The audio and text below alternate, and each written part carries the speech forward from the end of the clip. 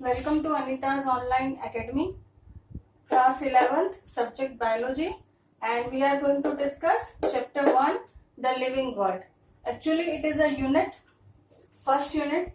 First unit has 4 chapters under it. Chapter 1 is The Living World, Chapter 2 is Biological Classification, Chapter 3 is Plant Kingdom, and Chapter 4, Animal Kingdom. So, today we are going to start the chapter 1, the living world. So before we go in detail, first we should know how we decide that something is living. So that we can decide by some characteristic features of living organisms. So first of all, let us see all these features which living beings show. Here we are taking only introductory account. We will discuss every feature in detail later. First is individuality.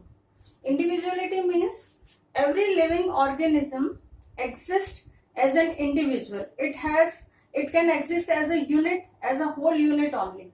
If you want to divide its body into parts, then it cannot survive.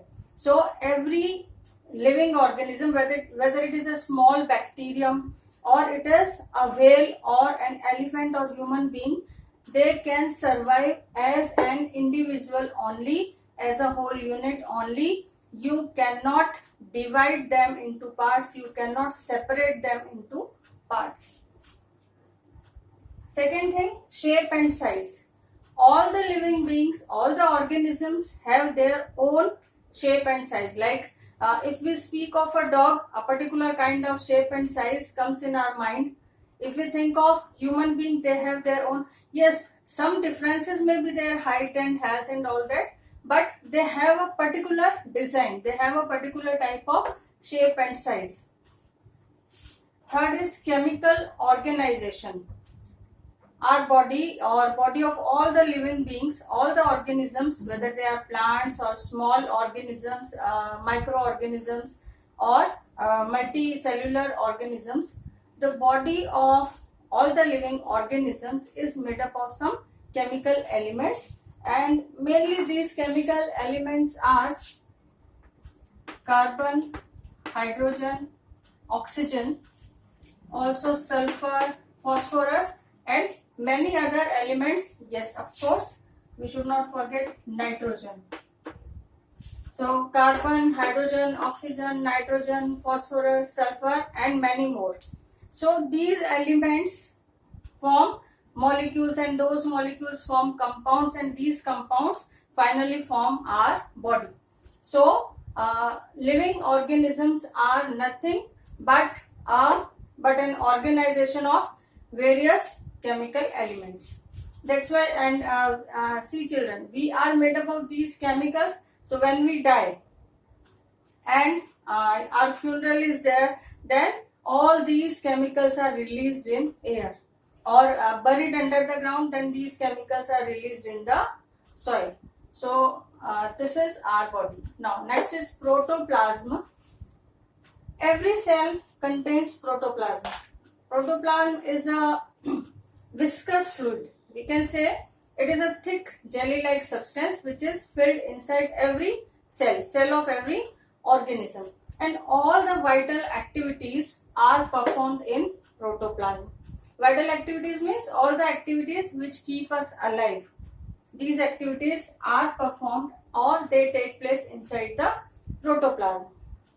So we can say protoplasm is the site of all the vital activities. That's why Huxley had called protoplasm as physical basis of life. Now next we come to cellular organization. Cell is basic structural and functional unit. You all know that. If it is unicellular organism, then it will be made up of one cell only, and if it is multicellular, then it will be made up of many cells. But cell is always called a structural and functional unit of our body. Why is it called as structural unit of body? Because it is the smallest unit, like brick or stone. Our equal size bricks or stones are used to make the walls. In the same way, cells have their own type, own structure, and these cells means we can say one cell, two cell, three cell, many cells combine to form a whole body of a multicellular organism. So because they are making the whole structure and they are taking part as a unit, they are called a structural unit. And why they are called functional unit? Because all the functions that are performed by our body on large scale, like respiration, digestion, circulation, all these functions are performed inside cell also on a small scale. So cell is a complete structural and functional unit, because even a single cell can survive on its own, like amoeba. Okay, so we can say the body is body of all the living beings, whether plants or animals. They are made up of cells. Now next is metabolism. Inside our body, many chemical reactions take place by which we can survive. We need energy to do work, so that energy we also get from some chemical reaction. We take food, then that food is digested, then in that also many chemical reactions are involved. So the sum total of all the chemical activities, that are taking place in our body are called metabolism. Metabolism can be divided into two parts: anabolism and catabolism. Under anabolism, we include all those chemical reactions which have concern with synthesis. Synthesis means with the help of simpler substances, some complex substances are synthesized.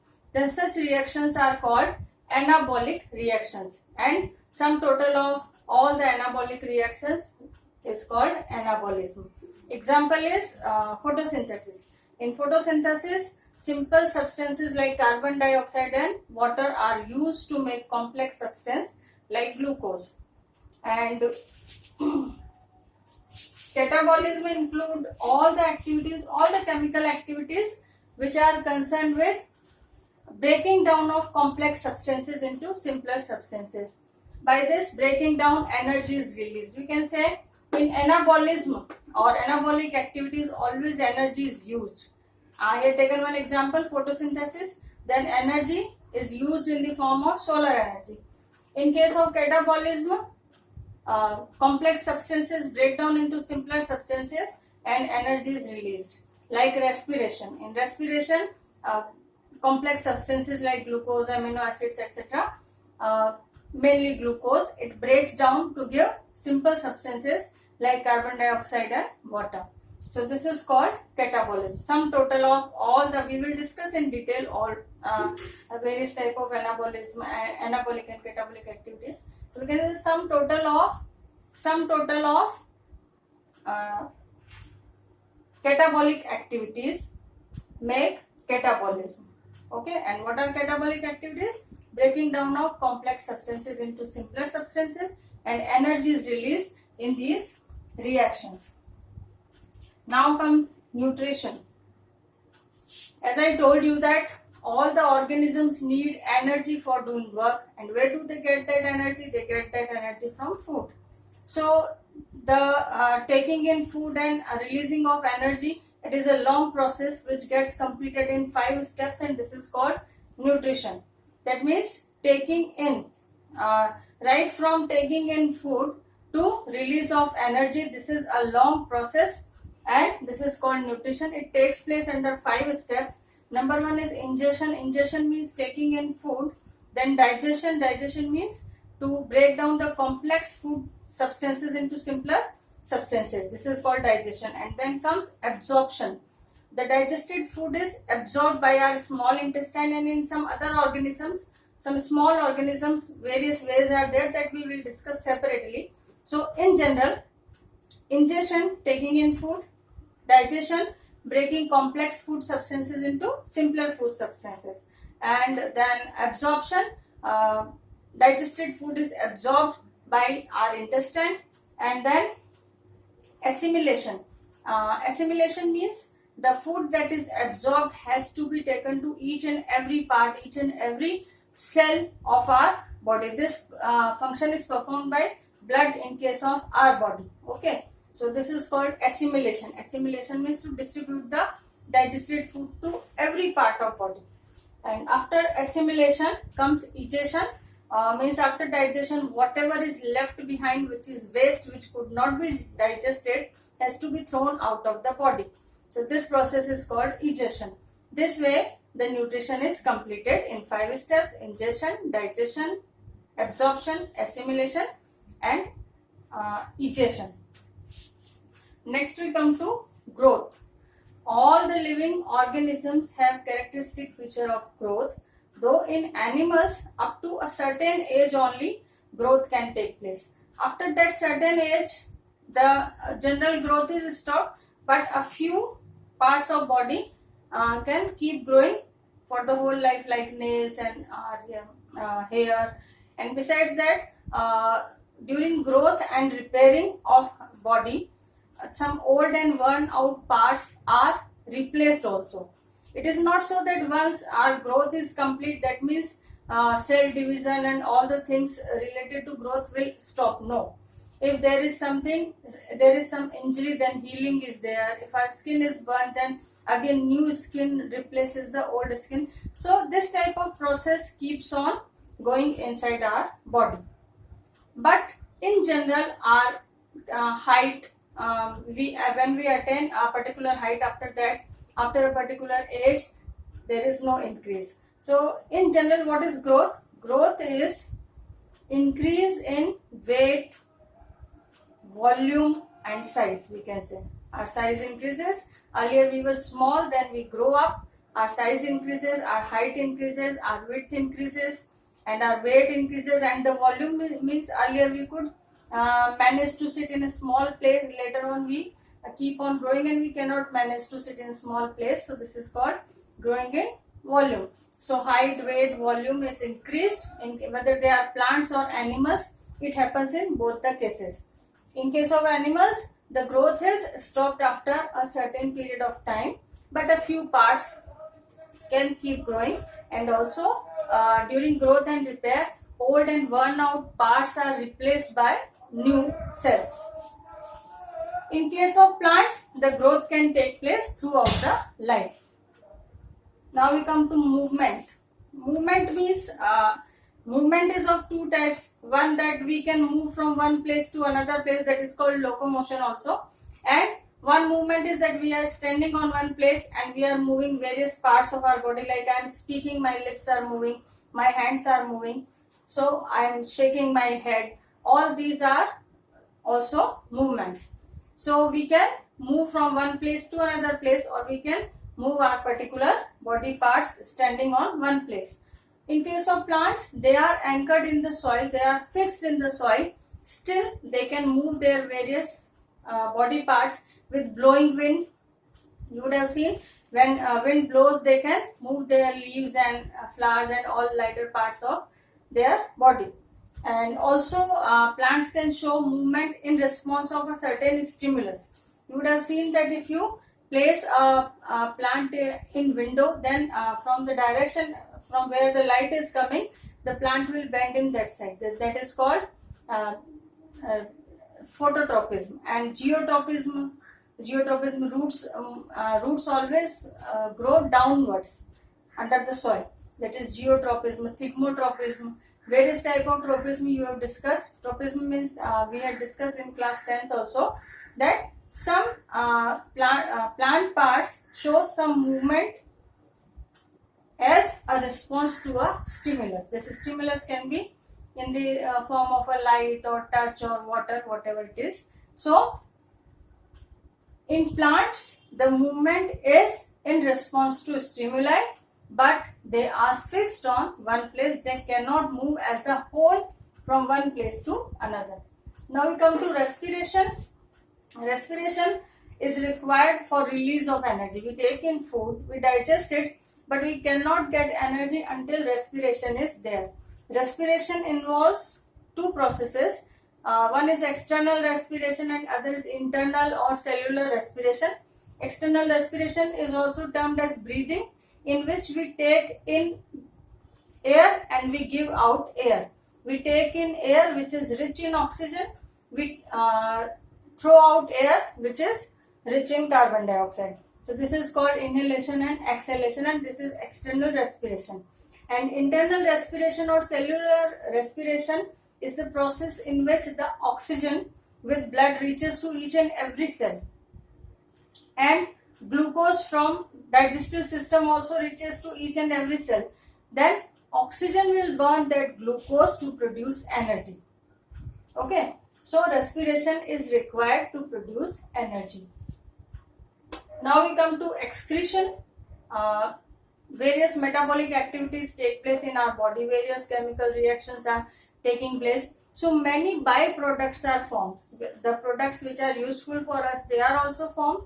Energy is released, but many byproducts are formed which are harmful for us, which are toxic, like urea, uric acid. So they need carbon dioxide, they need to be thrown out of the body. So the process of throwing them out of the body, the process of throwing out undesired substances, toxic substances, waste substances out of body is called excretion. Now next is irritability or responsiveness. What is this? If there is some change in environment around us which makes us to respond, or which affects us and we do something in reaction of that change, that is called a stimulus. So we can say stimulus is the change in our environment which makes us to respond.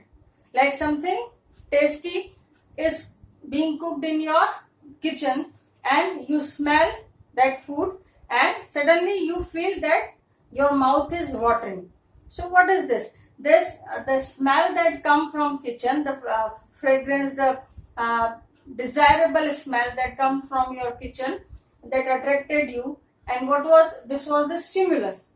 And what was your response?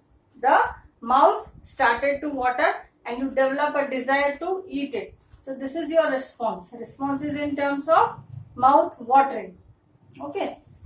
Response can be positive or negative, and even smallest organism to biggest multicellular organism all responds to stimuli.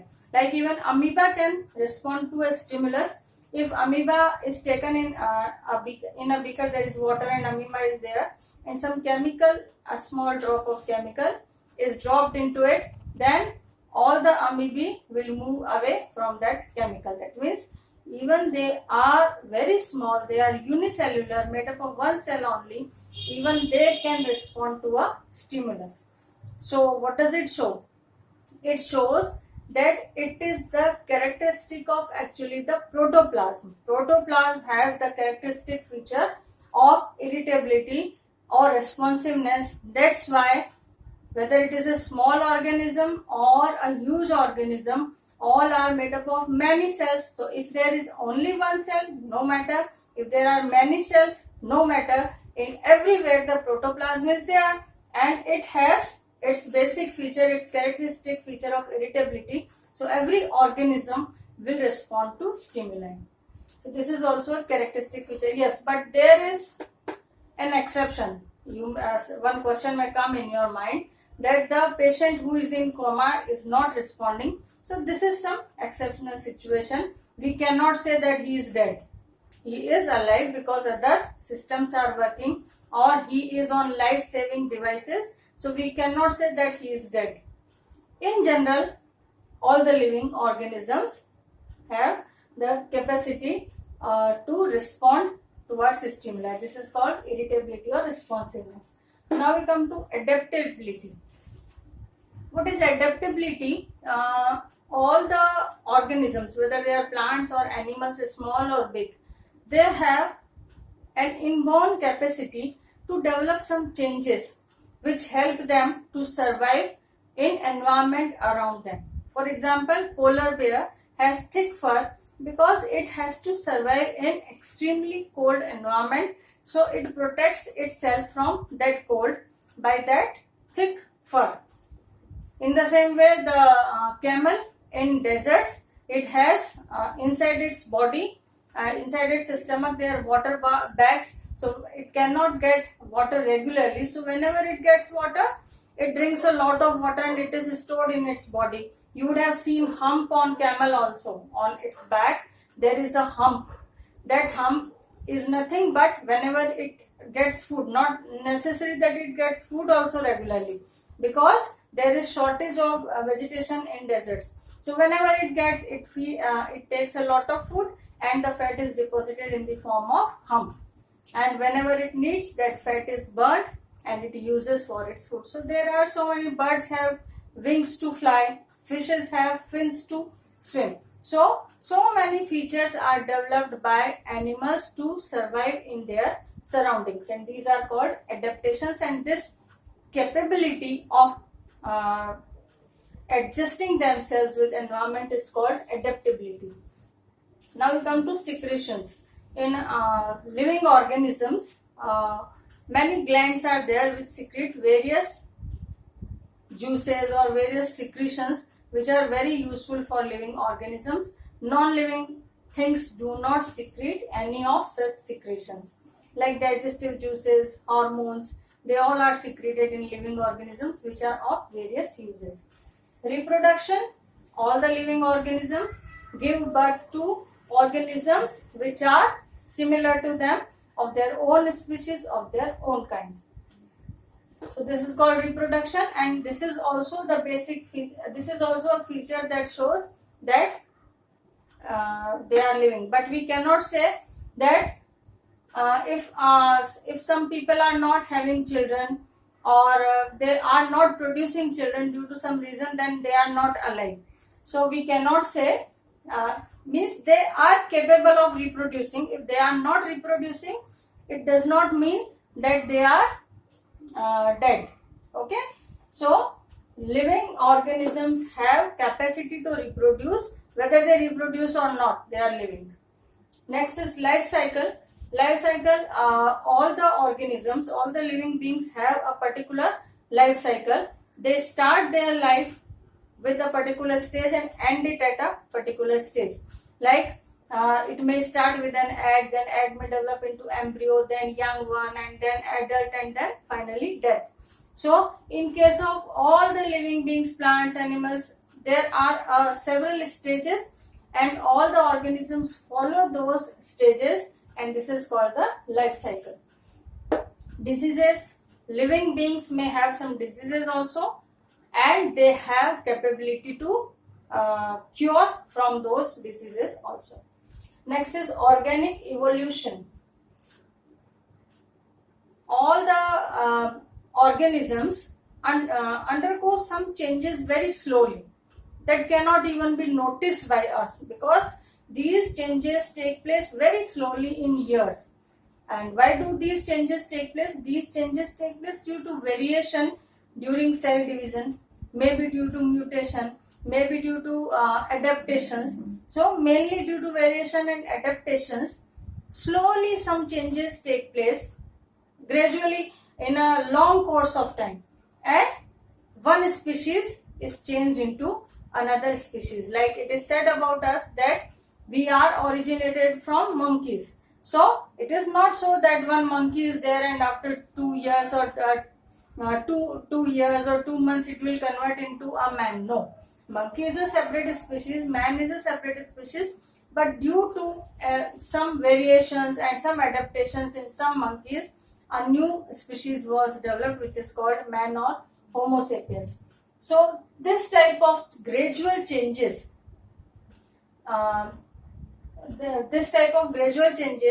or the changes take place slowly, by which one species changes into another species, are called organic evolution.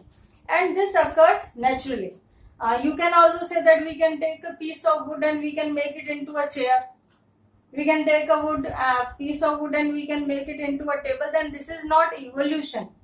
This is taking place under external forces. Okay, but organic evolution is taking place itself naturally. Now death. After certain period of life, with age, our body becomes weak and all the functions go slow.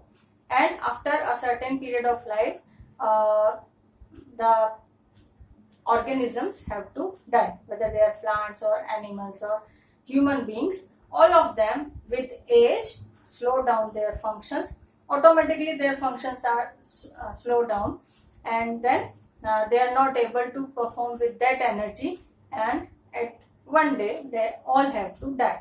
So this is all about the features which exist, by which we can identify that this is a living being, and these features cannot be seen in non-living organisms. So I think I am clear. Now all these things we will discuss in detail also. Thank you.